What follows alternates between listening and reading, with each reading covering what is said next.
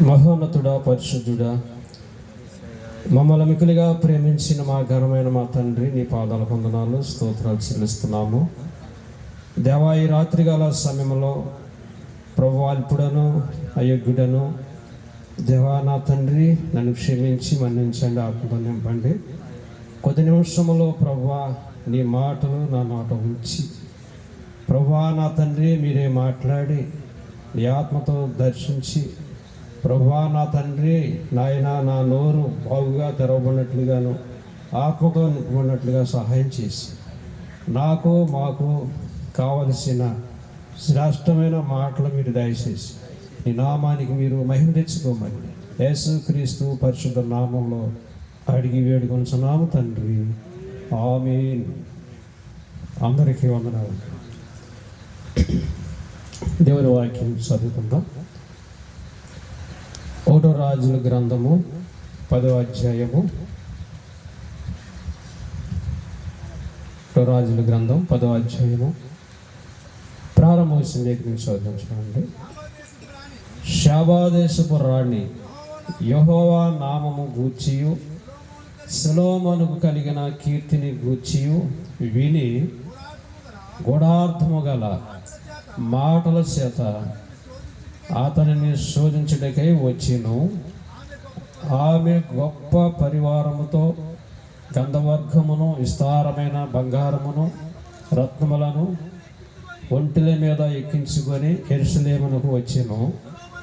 సొలొమోను దర్శనం చేసి తనకు తోచిన దానంతటిని బట్టి అతనితో మాట్లాడగా ఆమె వేసిన ప్రశ్నలన్నిటికీ సొలొమోను ప్రత్యుత్తరము చెప్పాను.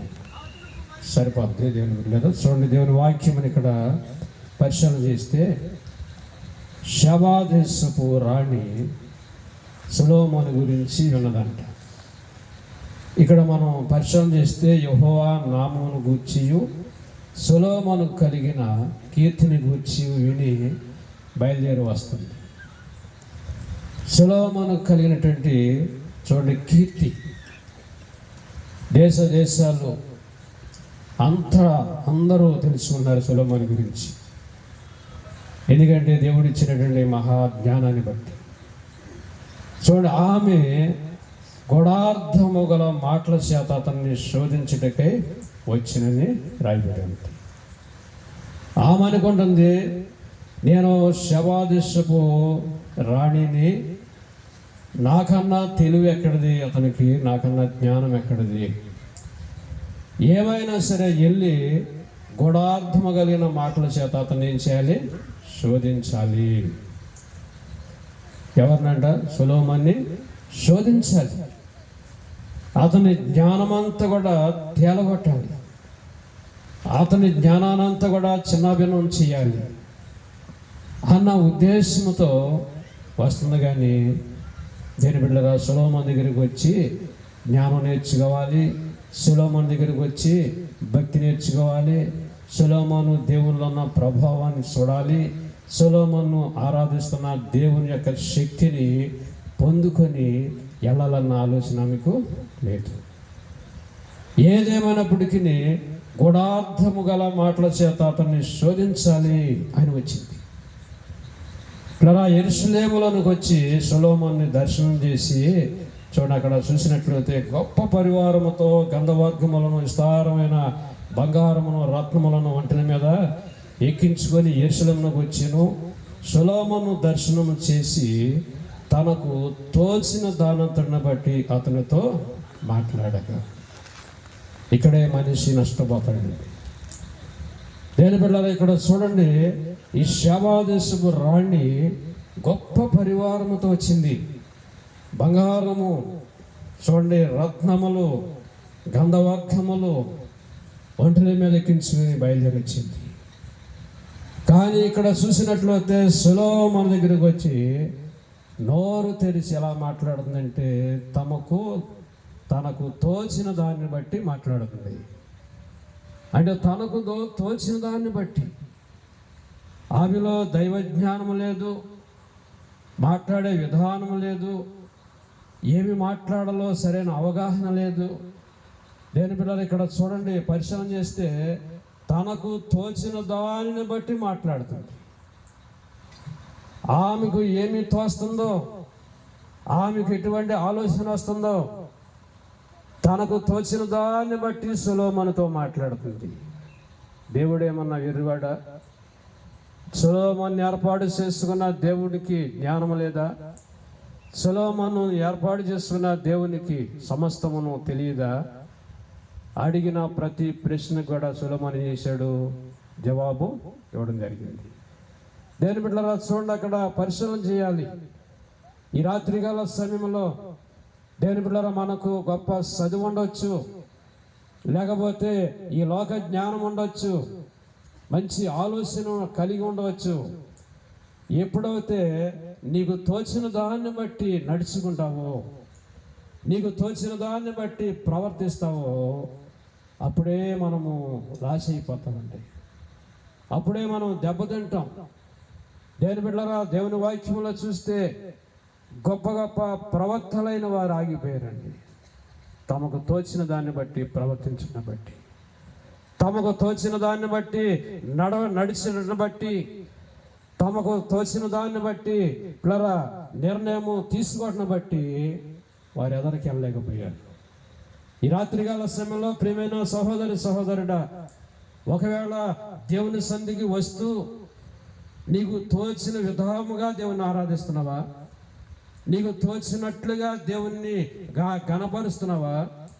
నీకు తోచినప్పుడు దేవుని సన్నిధికి వచ్చి, లేకపోతే నీకు తోచినప్పుడే ఉపవాస ప్రార్థనకు వచ్చి, నీకు తోచినప్పుడే ఆ దేవుని సన్నిధిలో దేవుని ఆరాధిస్తే అది దేవునికి మహిమ.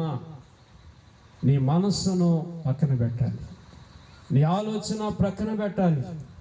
ఇక్కడ పరిశీలన చేసినట్లయితే శబా దేశపు రాణి అనుకుంటుంది, నేను గొప్ప రాణిని, తెలివి గల దాన్ని, జ్ఞానం గల దాన్ని. ఆ సొలొమోను ఎంతటి వాడనుకుంటుంది. ఏదేమైనప్పటికీ గూఢార్థమైన మాటల చేత ఏం చేయాలి? సొలొమోన్ని చిక్కులు పెట్టాలి, చిక్కు ప్రశ్నలు అడగాలి. సొలొమోనులో జ్ఞానము లేదన్నట్లుగా అనిపించాలని ఆమె వచ్చింది. కానీ దేవుని బిడ్డలారా సొలొమోను ఎదురుగుండా కూర్చొని తమకు తోచినట్లుగా మాట్లాడుతుంది.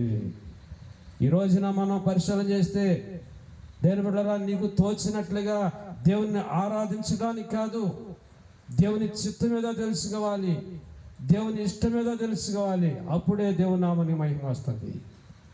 చూడండి, దేవుడు చూడండి యోనాతో మాట్లాడుతున్నాడు. 120,000 మంది గురించి దేవుడు ఆలోచన కలిగి ఉన్నాడు. వారి మీదకి భయంకరమైన ఉగ్రత కాల్చుకుందని చెప్పి దేవునికి తెలుసు. చూడండి, యోనాతో దేవుడు మాట్లాడుతున్నాడు, ఆ నినివే మహాపట్టణం వెళ్ళు, సువార్త ప్రకటించు, పాపాన్ని ఒప్పించు, వారి చెడు మార్గముల నుంచి వారిని విడిపించమని చెప్పి నేను రక్షిస్తాను వెళ్ళమని చెప్పినప్పుడు నేను బిడ్డలారా ఇక్కడ యోనా బయలుదేరాడు. కానీ కొంత దూరం వెళ్ళేసరికి, లేకపోతే ఆ వాడ దగ్గరికి వెళ్ళేసరికి తనకు తోచినట్లుగా ప్రయాణం చేస్తున్నాడు, తన ఆలోచన ప్రకారంగా నడుచుకుంటున్నాడు. ఎంత లాస్ చూశాడండి, ఎంత ఇబ్బందికరమైన పరిస్థితి చూడండి యోనా జీవితంలో జరిగింది. తనకు తోచినట్లుగా చూడండి దేవుడు వెళ్ళమన్న స్థలానికి వెళ్ళకుండా ఇంకొక స్థలంలోనికి వెళ్తున్నాడు. ఎక్కడ వస్తుంది దేవునికి మహిమ? తనకు తోచిన రీతిగా చూడండి దేవుని బిడ్డలారా ఆ నినివే మహాపట్టణం వెళ్ళకుండా ఎడకెళ్ళిపోతున్నాడు, తార్షీషుకి వెళ్ళేవాడ ఇక్కడ. తనకు తోచింది, అది తోచింది. ఏం తోచింది తెలుసా? వెళ్తాను, నినివే మహాపట్టణానికి వెళ్తాను, ఉపవాస దినాన్ని ప్రకటిస్తాను, పాపం ఒప్పుకోమంటాను, దేవుడు కరుణ గల దేవుడు మీ మీదకి వస్తున్న ఉగ్రత నుంచి విడిపిస్తాడు, ఈ సత్య సువార్తను నమ్మండి, మారు మనసు పొందండి, రక్షణ పొందండి, నీ పాపాలన్నీ కూడా ఒప్పుకోనండి, ప్రభు సహాయం చేస్తాడు, నేను సువార్త ప్రకటిస్తాను. దేవుడు కరుణావాత్సల్యత గల దేవుడు కనుక, ఆయన ప్రేమ గల దేవుడు కనుక వారి ప్రార్థన ఆలకిస్తాడు, వారి మీదకి వచ్చే ఉగ్రతను తప్పిస్తాడు, వారు క్షేమంగా ఉంటారు. అప్పుడు నేను చెప్పిన మాటలన్నీ కూడా అబద్ధం అనుకుంటారని అనుకున్నాడు. పిల్లగా చూడండి, తనకు తోచినట్లుగా వెళ్ళాడు. తనకు తోచినట్లుగా ప్రయాణం చేస్తున్నాడు, తనకు తోచినట్లుగా వెళ్ళాడు. ఆ తార్షీషుకి వాడెక్కాడు, దిగువ కింద భాగంలో పండుకొని నిద్రపోతున్నాడు. ప్రకృతి ఇప్పుడు విరోధం అయిపోయింది. సృష్టికర్త అయిన దేవుడు చూడండి పిల్లరా, భయంకరమైన పరిస్థితి వాడ మీదకి రప్పించాడు. చూడండి దేవుని పిల్లరా, ఎవరైనా సరే ఈ రాత్రికాల సమయంలో మనము దేవుని చిత్తానికి అప్పగించుకోవాలి, కానీ మనం తోచినట్లుగా ప్రవర్తించడానికి వీలు లేదు. ఈనాడు కుటుంబాల్లో కలహాలు, ఈ రోజున కుటుంబాల్లో దుఃఖం కారణం ఏంటి? తల్లిదండ్రులైన వారు ఎంతో ప్రాధాయపడి బిడ్డలను ఎంతో బ్రతిమలాడిన ఈరోజు పిల్లలు చూస్తే యవనస్తులైన వారు ఏం చేస్తున్నారు? తమకు తోచినటువంటి వారితో స్నేహాలు, తమకు తోచిన స్థలాల్లోనికి వెళ్తున్నారు, తమకు తోచిన వాటిని చూస్తున్నారు. నీతిమంతులైనటువంటి తండ్రులైన వారికి, తల్లులైన వారికి దుఃఖాన్ని కలగజేస్తున్నారు. ఇలా యాకోబు కుమార్తె ఉంది దేనా, ఒకరోజు ఆలోచించింది. చూడండి, పక్క ఊరిలో ఉన్నటువంటి ఆ రాజకుమార్తెను చూడాలని చెప్పి బయలుదేరింది. ఏం జరిగింది పిల్లరా? భయంకరమైన పరిస్థితి సంభవించింది. ఆమెకు తోచిన ఆలోచన మంచిది కాదు, ఆమెకు వచ్చిన ఆలోచన సరైనది కాదు. అయ్యో, నేను రాజకుమార్తెను చూసి ఏమి నేర్చుకుంటాను? రాజకుమార్తెను చూసి నా ప్రవర్తన ఒకవేళ పాడైపోద్దేమో, ఒకవేళ ఆ దేశపు రాజకుమార్తెను చూసి అలాగ నేను కూడా ఉండాలేమన్న మనసు నాకు వస్తుందేమో. ఎందుకు వచ్చింది అనుకోలేదు. ఆ ఊరిలోనికి వెళ్ళింది, ఆమె జీవితం సర్వనాశనం అయిపోయింది. అది విన్నటువంటి యాకోబు కుమారులు రాత్రి ఆ ఊరి మీద పడి ఏం చేశారండి? మగవారిని అందరిని కూడా అక్కడ చంపేయడం జరిగింది. తోచినట్లుగా నడిస్తే భయంకరమైన పరిస్థితి సంభవిస్తుందండి. ఇది వరకు యేసయ్య రాకముందు, ఇది వరకు దేవుని సన్నిధికి రాకముందు నీవు తోచినట్లుగా రాత్రి పగలు తిరిగావు, నీవు తోచినట్లుగా తిన్నావు, త్రాగావు, నీకు తోచినట్లుగా ప్రవర్తించావు. ఏమాత్రం కూడా సమయంలో అడ్డువైపు లేదు. కానీ ఇప్పుడు సరైన మార్గంలోకి వచ్చాం. ఇప్పుడు దేవుని బిడ్డలారా, దేవుడు అంటాడు, నిజంగా నీవు ఆయనకు సాగిల పడితే ఆయన ఎదుట మోకరిస్తే ఆయన చెప్పే మాట ఏంటంటే, నీ మీద నేను దృష్టి ఉంచుతాను, నీకు ఆలోచన కొదగు ఉంటే నీకు ఆలోచన చెబుతాను, నీవు నడవలసిన మార్గాన్ని నేను నీకు బోధిస్తానంటున్నాడు. మరి రాత్రికాల సమయంలో నీవు తోచినట్లుగా ప్రవర్తిస్తున్నావా? యేసయ్య చిత్తాన్ని చేయగలుగుతున్నావా? ఈమె చూడండి పిల్లరా, గొప్ప రాణనుకుంటుంది, నా చేతి కింద అనేక మంది పరివారం ఉన్నారనుకుంటుంది, బంగారం ఉందనుకుంటుంది, అది ఉంది ఇది ఉంది అనుకుంటుంది. కానీ ఆమె తోచినట్లుగా సొలొమోను దగ్గర ప్రవర్తిస్తుంది. నేను బిడ్డలారా, దేవుని వాక్యంలో మనం పరిచయం చేస్తే యెహోషాపాతు గురించి మనం దేవుని వాక్యంలో చదివితే 2వ దినవృత్తాంతాల గ్రంథము 20వ అధ్యాయము చూడండి. దేవుని బిడ్డలారా, 2వ దినవృత్తాంత గ్రంథము 20వ అధ్యాయము 35వ వచనం దగ్గర మనం చూస్తే, ఇది అయిన తరువాత యోధారాజు అయిన యెహోషాపాతు మిక్కిలి దుర్మార్గముగా ప్రవర్తించిన ఇశ్రాయేలు రాజైన అహాజ్యాతో స్నేహము చేసిను. ఎవరితో స్నేహము? మిక్కిలి దుర్మార్గుడైన అహాజ్యాతో ఏం చేస్తున్నాడమ్మా? స్నేహం చేస్తున్నాడండి. స్నేహమే పాడు చేస్తుంది. స్నేహమే దేవుని బిడ్డలారా మనల్ని పూర్తిగా సర్వనాశనం చేస్తుంది. చూడండి, ఇక్కడ మనం పరిశీలన చేసినట్లయితే ఇది అయిన తర్వాత అని చెప్పి రాయబడి ఉంది. యెహోషాపాతుని దేవుడు ఎంత బలంగా వాడుకున్నాడండి. యెహోషాపాతుని చూడండి పిల్లరా, ఎంత చక్కగా దేవుడు నిలబెట్టాడు. చూడండి, ఇక్కడ దేవుని వాక్యంలో చూస్తే దేవుని పిల్లరా 20వ వచనంలో చూస్తే, అంతటా వారు ఉదయమునే లేచి తెకోవ అరణ్యమునకు పోయేరి. వారు పోవచ్చుండగా యెహోషాపాతు నిలబడి, యోధావారులారా, యెరూషలేము కాపురస్తులారా, నా మాట వినండి. ఎంతమందికి ప్రకటన చేశాడు పిల్లరా? యోధావారులారా, యెరూషలేము కాపురస్తులారా, ఈరోజు నా మాట వినాలి. మీరు నా మాట ప్రకారంగా మీరు చేస్తే మీకు క్షేమము, నా మాట ప్రకారంగా చేస్తే మీకు గొప్ప విజయము, జయమని చెప్పి ఏమని మాట్లాడుతున్నాడంటే, నేను ఇప్పుడు మీ దేవుడైన యెహోవాను నమ్ముకోనండి. మీరు వారిని మీరు నమ్ముకోవద్దు, వాటి మీద వీటి మీద నమ్మకం ఉంచుకోవద్దు. మీ దేవుడైన యెహోవాను ఏం చేయాలంట? నమ్ముకోనండి. మీరు నమ్మితే ఆయన మహిమను చూస్తారు. చూడండి, దేని పిల్లలు అక్కడ చూసినట్లయితే ఏమంటున్నాడు? మీ దేవుడైన యెహోవాను నమ్ముకొనుడి, అప్పుడు మీరు స్థిరపరచబడుదురు. మీరు నమ్ముకుంటే స్థిరపరచబడతారు. మీకు ఒక స్థిరమైన మనసు వస్తుంది. మీలో ఇంకా చెంచిన మనసు ఉండదు. అటు ఇటు చూసే మనసు ఉండదు. లోకం వైపు చూసే మనసు ఉండదు. మీరు కనుక మీ దేవుడైన యెహోవాను నమ్ముకుంటే అప్పుడేమవుతారు? మీరు స్థిరపరచబడుదురు. యెహోషాపాతు అనేక మందిని దేవుని బిడ్డలారా స్థిరపరుస్తున్నాడు. అనేక మందిని దేవుని బిడ్డలారా దేవునిలో నిలబెట్టేవాడుగా ఉన్నాడు. దేవునికి ఒక గొప్ప సాక్షి సమూహముగా సిద్ధపరుస్తున్నాడు. తర్వాత అన్నాడు, ఆయన ప్రవక్తలను నమ్ముకొనండి. ఎవరు నమ్ముకోవాలి? ఆయన ప్రవక్తలను నమ్ముకొనండి. ఆయన ఏర్పాటు చేసుకున్న బిడ్డల మీరు నమ్ముకొనండి, అప్పుడు మీరు కృతజ్ఞత లగుదరని చెప్పాను. చూసారా, ఏమవుతారు? అప్పుడు మీరు కృతజ్ఞత లగుదరని చెప్పాను. ఇక దేవుని బిడ్డలు చూసినట్లయితే ఈ 30వ వచనం చూస్తే, ఈ ప్రకారము అతని దేవుడు చుట్టూనున్న వారిని జయించి అతనికి నెమ్మది అనుగ్రహింపగా యెహోషాపాతు రాజ్యము నిర్మలముగా ఉందండి. ఎంత సంతోషం అండి! ఎంతో మందిని స్థిరపరిచాడు. ఎంతో మంది నమ్మకాన్ని చూడండి బలపరిచాడు. అనేక మందిని ఆ ప్రవక్తలను నమ్ముకునేటట్లుగా చేశాడు. కనుక ఇక్కడ చూసినట్లయితే దేని పిల్లలు అతని దేవుడు చుట్టూనున్న వారిని జయించి అతనికి నెమ్మది అనుగ్రహించాడు. యెహోషాపాతు రాజ్యము నెమ్మళముగా ఉందండి, ప్రశాంతముగా ఉంది, సంతోషంగా.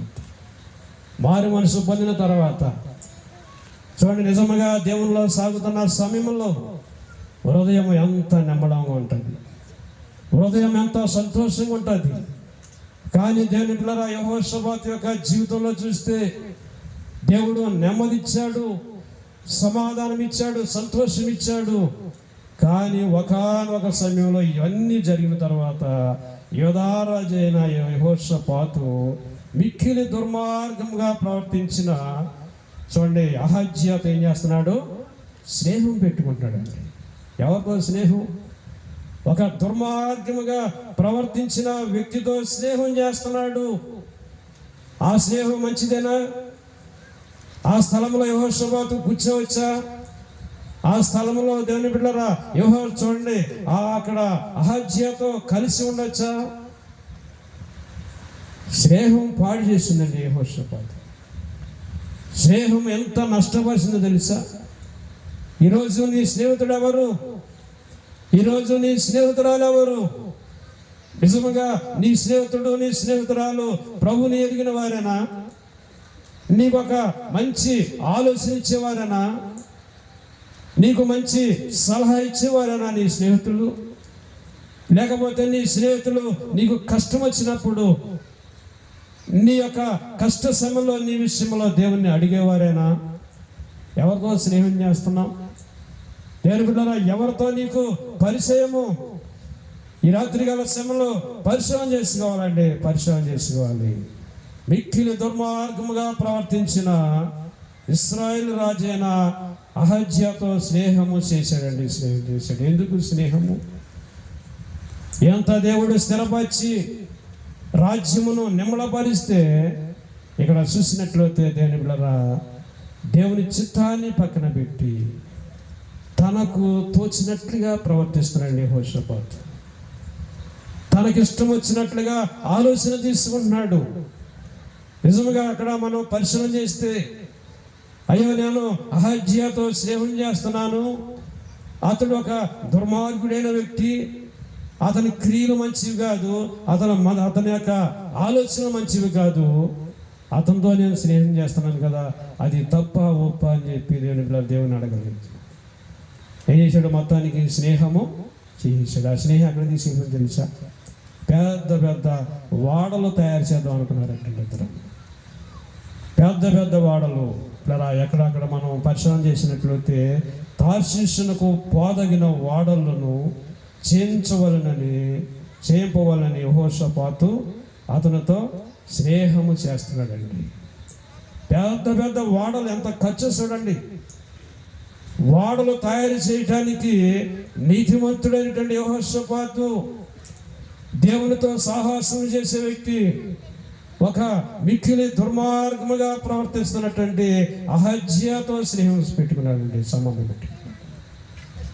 అది చూసిన దేవుడు యెహోషాపాతు నష్టపోకూడదు, యెహోషాపాతును బట్టి నా నామానికి అవమానం రాకూడదని చెప్పి దేవుడు చూసినట్లయితే 37వ వచనం చూసేటప్పుడు, మారేసు వాడును దాదోవాహు కుమారుడు నాకు ఎలెయాజరు నీవు అహజ్యాతో స్నేహము చేసుకుంటేవి గనుక యెహోవా నీ పనులను భంగము చేయనని యెహోషాపాతు మీద ప్రవచనం ఒకటి చెప్పాను. చూసారా? ఎలెయాజరు అనేటువంటి దైవజనుడు, ఆ ప్రవక్త వచ్చి ప్రవచనం ఎత్తి మాట్లాడుతున్నాడండి. అయ్యా యెహోషాపాతు, నీ స్నేహం మంచిది కాదు, ఈ సమయంలో నువ్వు తీసుకున్న నిర్ణయం మంచిది కాదు, నీ ఉద్దేశము మంచిది కాదు, నీవేంటి చూడండి అహజ్య ఏమిటి, అతనితో ఎందుకు నీవు స్నేహం పెట్టుకున్నావు, అది తప్పు అని చెప్పి ప్రవచనం ఎత్తి దేవుడు మాట్లాడుతున్నాడండి. తన యొక్క ప్రవక్తను పంపించాడు యెహోషాపాతు దగ్గరికి. ప్రవచనం ఎత్తి మాట్లాడుతున్నాడు. ఈ ఓడలు సిద్ధపరచడం తప్పు, నీ ఆలోచనలు తప్పు, ఇది దేవునికి విరుద్ధమైన పని. దేని బిడ్డలారా చూడండి, ఇక్కడ మనం పరిశీలన చేసినట్లయితే యెహోషాపాతు ఏం చేశాడంటే ఆ ప్రవచనాన్ని వినలేదు, ఆ హెచ్చరిక వినలేదు. దేని బిడ్డలారా ఏమాత్రము కూడా గ్రహింపు లేని వాడిగా ఉన్నాడు, ఏమాత్రం కూడా ఆలోచన లేని వాడిగా ఉన్నాడు. నిజమే దేని బిడ్డలారా, మనము కూడా కొన్ని పర్యాయములు దేని బిడ్డలారా దేవుని సేవకులైన వారిని నిలబెట్టి ఎన్నో విషయాలు ఆ దేవుడు మనకు తెలియజేస్తుంటే, ఇదిగో నీవు వెళుతున్న స్థలం మంచిది కాదు, నువ్వు తీసుకున్న ఆలోచన మంచిది కాదు, నువ్వు తీసుకున్న నిర్ణయం మంచిది కాదని చెప్పి దేవుడు మనల్ని ఎంతగానో ప్రేమించి యెహోషాపాతుతో దేవుని బిడ్డలారా అక్కడ ఎలెయాజరు ప్రవచనం ఎత్తి ఏ రీతిగా మాట్లాడుతున్నాడు, ఆ రీతిగా నీకు నాకు దేవుడు స్పష్టంగా మాట్లాడుతుంటే, చక్కగా మనకు అర్థమయ్యేటట్లుగా మన స్థితి మనకు దేవుడు అర్థం చేస్తుంటే, ఏమాత్రం కూడా దిద్దుకోవడానికి ఇష్టపడకుండా, ఆ తప్పును విడిచిపెట్టడానికి ఇష్టం లేకుండా అదే రీతిలో సాగిపోతున్నాం. ఏమి చూస్తామండి? మేలు చూస్తామా, నష్టాన్ని చూస్తామా? నేను బిడ్డలారా, నా యొక్క బంధువులు అంటారు, నువ్వు ప్రభువు నమ్ముకున్నావు కదా, నీ చెరువు అంతా ఎందుకు అమ్మేసుకున్నావు? 3 ఎకరాలు చెరువు ఉండేది కదా, ఎందుకు అమ్మేసుకున్నావు? ఆ చెరువు 3 లక్షల రేట్లు అమ్మేసావు ఎకరం, ఇప్పుడు ఎకరం ₹1 కోటి, ఎందుకు అమ్మేసి? ఎందుకు దేవుడు నష్టపరిచాడు అంటారు. వారు తెలియక నన్ను అలా అనేక మంది నా బంధువులైన వారు ప్రశ్నిస్తూ ఉంటారు. దేని బిడ్డ నేను వారితో చెబుతాను, ఆ రోజుల్లో యేసు ప్రభు వారు నాతో మాట్లాడేవాడు. నేను రొయ్యలేసిన రోజునే ప్రభు వచ్చి నాతో చెప్పేవాడు, ఇదిగో నా కుమారుడా, నువ్వు రొయ్యలేసావు కానీ ఫలానా అకౌంట్లో చచ్చిపోతాయి, చెరువు మాని, చెరువు చేయడం మానేసి నా పని చేయి, నా సేవ చేయి అని దేవుని బిడ్డలారా ఆ రాత్రి రొయ్యలు వేసిన రోజున చెప్పాడండి ప్రభు. ఆయన ఎంతో ప్రేమ గల దేవుడు. చూడండి, ఈ రోజున పిల్లరా చూస్తే ఎంత సమృద్ధిలో ఉండవలసిన వాడు, ఎంత చూడండి దేవుని బిడ్డలారా, దేవుని మాటలు లేదు అలా 2-3 సార్లు అలా వేయటం, అదే రోజున ప్రభు చెప్పడం, కౌంట్ నెంబర్ కూడా చెప్పాడండి ప్రభు. ఆయన స్వయముగా చెప్పేవాడు కళల్లో, దర్శనంలో. చెప్పిన దేవుడు తప్పిస్తాడని చెప్పి అలాగే చేస్తూ ఉండేవాడిని. లాస్ అయిపోయాను, అప్పులైపోయాను, చాలా అప్పులైపోయాను, పొలం అంతా అమ్మేసి. ఆఖరి సమయంలో చెప్పాడు, ఇప్పుడైనా సరే సమస్తం విడిచిపెట్టి, ఆ చెరువులు అన్ని విడిచిపెట్టి, నా సేవ నా పని కనుక నీవు చేయకపోతే నువ్వు ఎప్పుడు కూడా ఏడుస్తూ ఉంటావు అని చెప్పాడు ప్రభు. అప్పుడు భయం పుట్టుకు వచ్చింది పిల్లలు. సమస్తమును విడిచిపెట్టేటప్పుడు ఈ పరిస్థితులకి రావాల్సి వచ్చింది. కనుక దేవుని పిల్లరా, దేవుని హెచ్చరికలు మనం గుర్తించాలి. ఇక్కడ చూసినట్లయితే యెహోషాపాతుతో చూడండి పిల్లరా, ఎలీయెజరు ఏం చేస్తున్నాడంటే ప్రవశిస్తున్నాడు, చక్కగా చెబుతున్నాడు. అప్పుడు చూడండి అక్కడ దేవుని వాక్యంలో చూస్తే, నీవు అహజ్యాతో స్నేహం చేసుకుంటే గనుక యెహోవా నీ పనులు ఏం చేస్తాడు? భంగం చేస్తాడు, నీకు నష్టం వస్తుంది అన్నప్పటికి కూడా చూడండి పిల్లలు గ్రహింపు లేని వాడు ఉన్నాడు. తర్వాత చూసినట్లయితే ఆ ఓడలు ఏమైపోయినాయంట, తార్షీషునకు వెళ్ళజాలకుండా ఏమైపోయి బద్దలైపోయినాయండి. బద్దలైపోయి ఎంత నష్టపోయాడు చూడండి. ఎందుకంటే దేవుని పిల్లలు ఇక్కడ చూస్తే తనకు తోచినట్లుగా ప్రవర్తించాడు, తనకు తోచినట్లుగా నడుచుకున్నాడు, తనకు తోచినట్లుగా స్నేహం చేశాడు. ఏం చేశాడు? మేలు చేశాడా? నష్టాన్ని ఇచ్చాడు. కనుక ఈ రాత్రి దేవుని బిడ్డలారా, మనకు తోచినట్లుగా కాదు కానీ యేసయ్య చెప్పినట్లుగా నడిస్తే మన జీవితంలో మేలు ఆశీర్వాదాన్ని మనము చూడగలం. దేవుడి మాటలు దీవించి ఆశీర్వదించిన కాదు తలలో నుంచి ప్రార్థిస్తున్నాడు. ప్రార్థన చేసుకుందాం. అవును, మన స్నేహం ఎటువంటిది, ఎవరితో స్నేహం చేస్తున్నాం అని ఈరోజు సూటిగా దేవుడు నీతో నాతో మాట్లాడాడని ప్రార్థన చేసుకుందాం. పరిశుద్ధుడు, ప్రేమ కలిగిన తండ్రి, ఆశ్చర్యకరుడు, అద్భుతాలు చేసిన దేవానికి వందనాలు, స్తోత్రాలు ప్రభా. ఇది నమ్మ సూటిగా మాతో మాట్లాడిన విధానం బట్టి నీకు వందనాలు. నీతో స్నేహం చేసి నీకు ఇష్టలుగా, నమ్మకస్తులుగా, నీ కృపకు పాత్రలుగా మేము జీవించడానికి సహాయం చేయమని మా ప్రియ రక్షకుడైన యేసుక్రీస్తు పరిశుద్ధమైన నామములో ప్రార్థన చేయించున్నాను మా తండ్రి. ఆమేన్. అందరిలో నిలబడదాం, ఒక పాట పాడుకుందాం.